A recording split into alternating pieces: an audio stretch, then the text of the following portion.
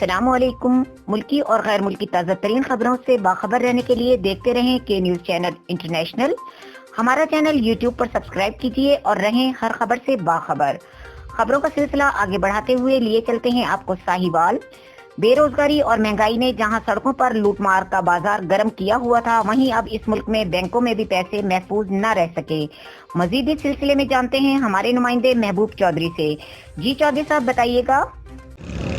السلام علیکم، آپ دیکھ رہے ہیں کے نیوز ایچ ڈی اور میں ہوں محمد محبوب چودھری۔ آج ہم موجود ہیں مشن چوک ساہیوال UBL بینک کے سامنے۔ آپ کو بتاتے جائیں کہ سید حارث علی شاہ گیلانی جو کہ کے نیوز ایچ ڈی انٹرنیشنل کے CEO ہیں، 21 فروری کی بات ہے کہ ان کے اکاؤنٹ سے 2 ٹرانزیکشن ہوئی ہیں، ایک 23,985 اور 1,089 کی 2 ٹرانزیکشن جو کہ ان کے اکاؤنٹ سے ہوئی ہیں۔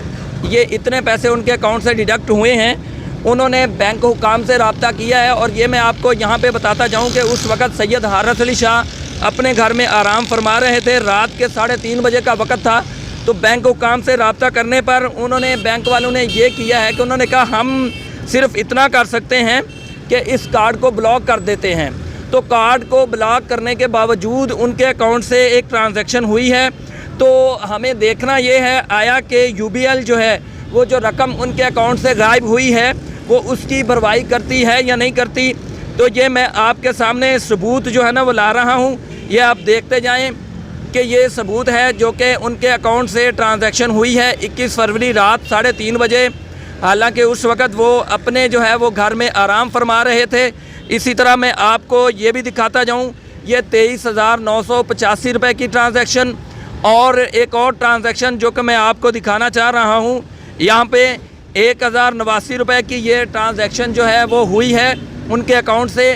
لیکن بدقسمتی کی بات یہ ہے کہ اس وقت جو ہے وہ حارث علی شاہ گیلانی صاحب خود موجود نہیں تھے، یعنی کہ نہ تو انہوں نے کارڈ کہیں سوائپ کیا ہے نہ انہوں نے یہ ٹرانزیکشن کی ہے۔ تو ہمیں صرف اتنا دیکھنا ہے اور اس کے بعد پھر میں آپ کو یہ بتا دوں کہ جب بینک والوں نے کارڈ بلاک کیا تو یہ ٹرانزیکشن پھر سے ہوئی ہے۔ یہ 22 فروری کی دوبارہ ٹرانزیکشن ہوئی ہے، 2 ٹرانزیکشن 21 فروری کو ہوئی ہیں اور ایک ٹرانزیکشن 22 فروری کو ہوئی ہے۔